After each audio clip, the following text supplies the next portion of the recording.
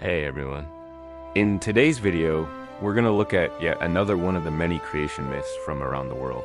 Namely the origin of languages, or as it's more commonly known, the Tower of Babel. In the beginning, there was one language and all the people of the world were one people. But after the Great Flood, they migrated east and settled in the land of Shinar, which is most likely Babylonia. And because they were all one people with one language, they all had the same plan: to build a city and a massive tower so that its top would reach the heavens. They wanted to make a name for themselves and to not be scattered across the face of the earth. But what was the meaning of building such a massive tower that reached the heavens? Why did they want to build it? Well, the answer is pride. They were prideful and wanted to glorify themselves and show the world all that they were capable of achieving. In short, they wanted to build a world that didn't need God. Now, this may seem like just another ancient Mesopotamian myth, but let me remind you that the God of Abraham, Isaac, and Jacob is none other than Yahweh, the God of the universe, the creator of all things. So needless to say, he wasn't too happy with these plans. He knew that if they were successful, humanity would never acknowledge him as God. So while they were building the city and the tower, God looked down upon them and saw that it was good.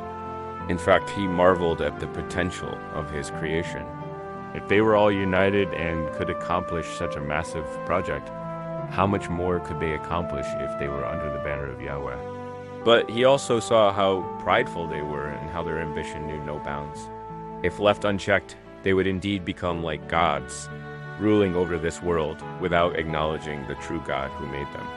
So, in order to prevent them from finishing the tower and to humble them so that their pride wouldn't lead them into destruction, God confused their one language into many different ones.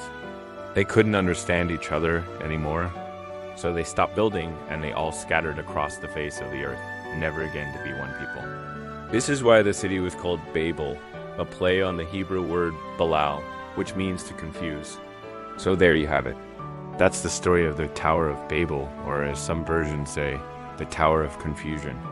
It's a very short story, but it's quite significant, not only because it explains the origin of languages, but also the scattering of humanity and the origin of different nations and cultures. It's what's called an etiological myth, which basically means that it explains the cause or origin of something. I hope you enjoyed today's video. If you did, please leave a thumbs up and share with someone else.